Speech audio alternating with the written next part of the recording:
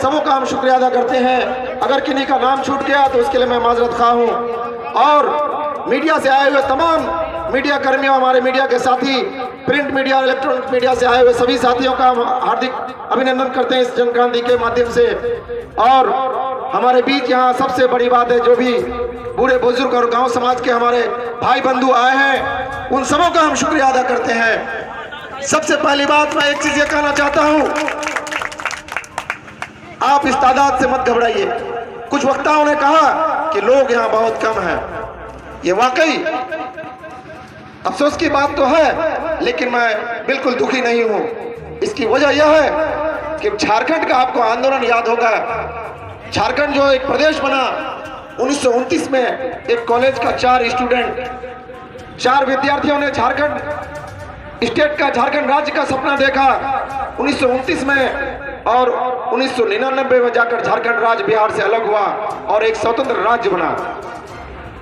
हम जानते हैं लोग शाह फैसल से बहुत मोहब्बत करते हैं, लेकिन मैं एक चीज ये कहना चाहता हूं, ये मोहब्बत सिर्फ अपने घरों तक समेट के मत रखिए। ये मोहब्बत सिर्फ जो है, मुझे शाह फैसल से बहुत प्यार है, लेकिन जो है मैं ठीक है, आज हम लोग फेसबुक में, व्हाट्सएप में, वीडियो में देख लेंगे, लेकिन इससे नहीं होगा।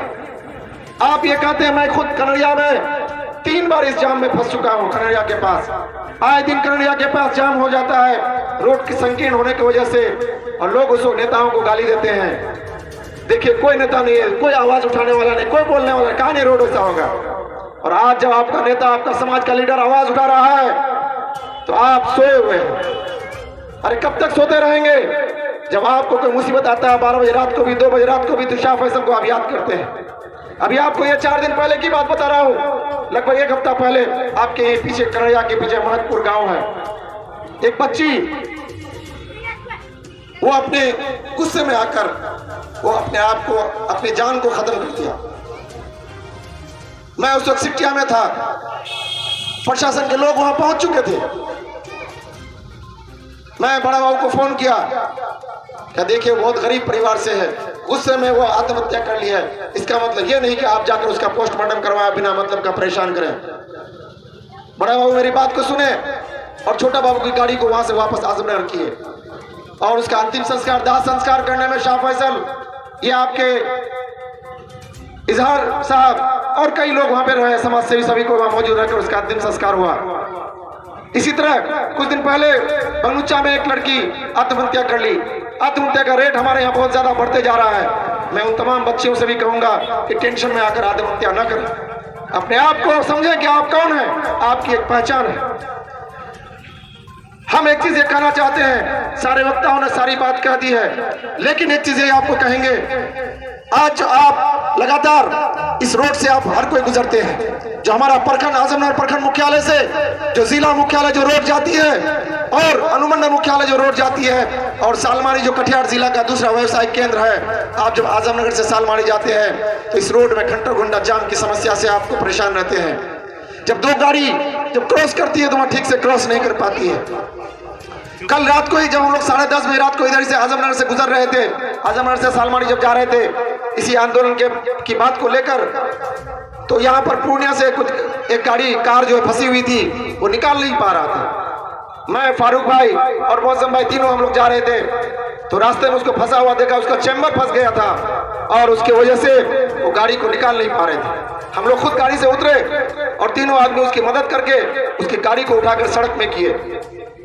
तो क्या वो बोलने लगा पूर्णिया का आदमी कि इस रोड में देखिए, ये रोड कैसा है, जो हम लोग जो है इतने यहाँ पर फंस गए आकर, शायद आप लोग नहीं आते तो हम लोग फंसे हुए रहते रात भर। तो हम एक चीज ये कहना चाहते हैं, क्या सिर्फ शाह फैसल को इस रास्ते से प्रॉब्लम है, या आप लोगों को भी प्रॉब्लम है? क्या आप लोगों को प्रॉब्लम नहीं है? प्रॉब्लम नहीं है आप लोगों को? सबको प्रॉब्लम है, सबको प्रॉब्लम है। लेकिन आज हमारे भाई लोग घर में कोई आराम कर रहे हैं, कोई कहीं कर रहे हैं। अरे नेता तब होता है जब नेता के साथ पब्लिक साथ देती है। आपको याद होगा ब्लॉक का आंदोलन, जब 10 से 12 हजार लोग आजमनगर ब्लॉक का घेराव किए थे, उसमें वीडियो को झुकना पड़ा था, वीडियो थर-थर कांप रहा था वहां पर। आपको ऐसा झुकाने वाला नेता कब आएगा?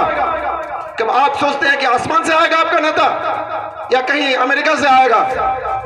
तब तो आपको क्यों नहीं ब्लैकमेल करेगा यहाँ का नेता, बाहर जो प्राणपुर विधानसभा का नेता है? कोई बरारी से आकर चुनाव में 77,000 वोट ले लेता है, कोई मनसाई से आकर 80,000 वोट ले लेती है, लेकिन आपके समस्या से कभी समाधान करने की कोशिश नहीं करता है, आपके समस्या के लिए कभी खड़ा नहीं होता है या खड़ी नहीं होती है। इलेक्शन नजदीक आएगा, हाथ जोड़ लेगा, कहेगा इस बार हमको एक मौका और दीजिए। 4 मौका तो आपको दिया गया, कितना मौका और चाहिए आपको? एक आजमनगर सालमारी का जो महत्वपूर्ण रोड है, इसको चौड़ीकरण नहीं हो रहा है। एक नेता 3 बार जीतने के बाद बिहार सरकार में मंत्री तक बने, और लेकिन वो कहते गए कि यही माइका लाल होगा जो आजमनगर खोपड़ा रोहिया पुल बनाएगा। वो कहते कहते स्वर्गवास हो गए पिछले साल, लेकिन आजमनगर रोहिया खोपड़ा पुल में एक ईंट तक नहीं पड़ा आज तक। तो क्या नेताओं को सिर्फ आप लोग इलेक्शन के टाइम में उनको एक रेस्पेक्ट देकर, वोट का रेस्पेक्ट देकर भेज देंगे और उनको समस्याओं के बारे में नहीं बताएंगे? कौन बताएगा उसको समस्या का, और कौन निजात दिलाएगा? अभी हमारे गजेंद्र यादव भाई जो कि ऑटो संघ के सचिव है, वो बोल रहे थे, वो अपना दुख दर्द बयान कर रहे थे, अपने दिल का दर्द बयान कर रहे थे।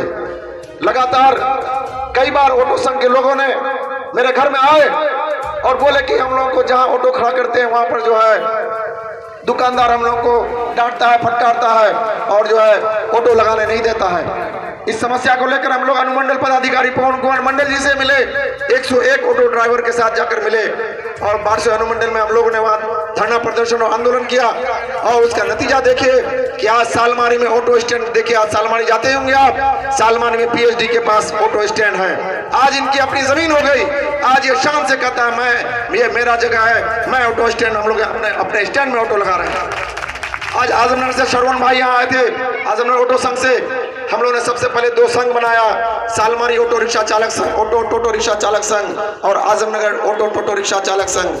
और देखिए आजमनगर में भी आज ऑटो वाले की अपनी जमीन है, अपनी जगह है, केसरी चौक में चले जाइए या प्रभात चौक में जाइए, तो ये लोग आज आराम से ऑटो लगा रहे हैं। इसी तरह कई समस्याएं हैं जो लगातार हम लोग उसका निदान करने की कोशिश करते हैं।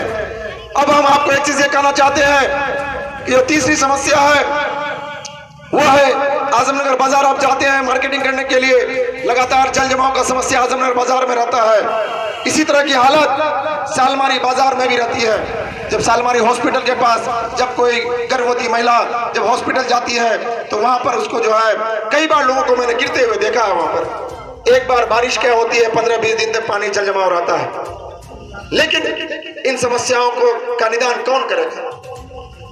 ये करना तो चाहिए विधायिका को, ये करना तो चाहिए सांसद महोदय को, करेगा कौन? आप तो पार्टी के नाम पे, आप तो जात पात के नाम पे वोट डाल देते हैं और उसके बाद वो लोग गायब हो जाते हैं, पब्लिक से कोई मतलब नहीं। आपकी समस्या को कौन सुनेंगे? जब तक आप अपना घर का लीडर नहीं चुनिएगा, जब तक आप अपना घर की बात को, अपनी बात को उस लीडर से, आपकी बात को आपकी गौर से नहीं सुनेंगे वो लीडर, तब तक आपकी समस्या का निदान नहीं करेंगे।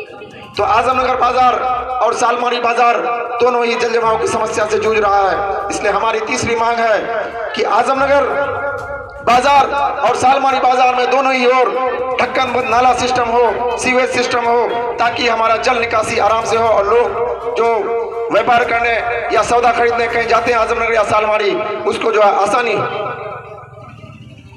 जबकि ये करना ये चाहिए कि चार टर्म के विधायक और विधायिका ये लोग सिर्फ वोट के टाइम में आते हैं या रात को आते हैं, इधर उधर सलाम प्रणाम करके निकल जाते हैं, इससे नहीं होगा।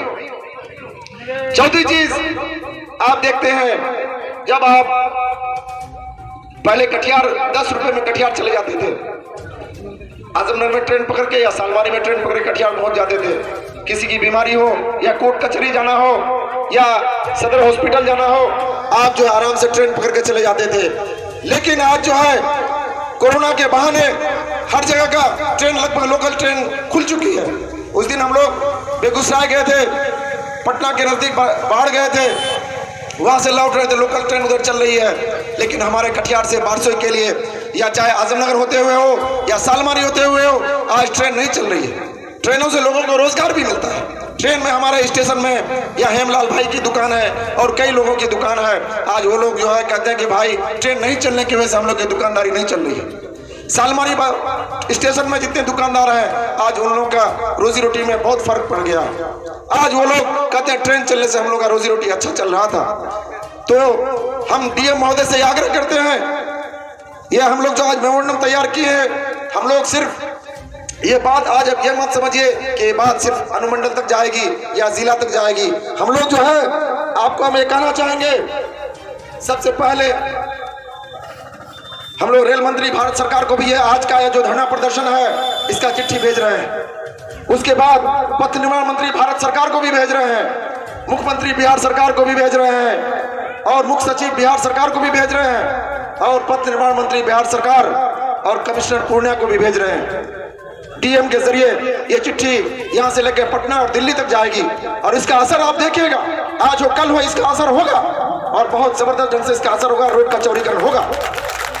लेकिन मैं एक चीज ये कहना चाहता हूं कि आप लोग इस अहम मुद्दे को लेकर जो यहाँ से लेकर दिल्ली तक ये चिट्ठी जाएगी, यहाँ की आवाज यहाँ से लेकर पटना और दिल्ली होते हुए दिल्ली तक जाएगी, क्या आप घर में सोए रहेंगे तो बात पहुंच जाएगी, बात मानेंगे लोग? वो लोग कहेंगे बस सैकड़ों लोग ही मौजूद थे।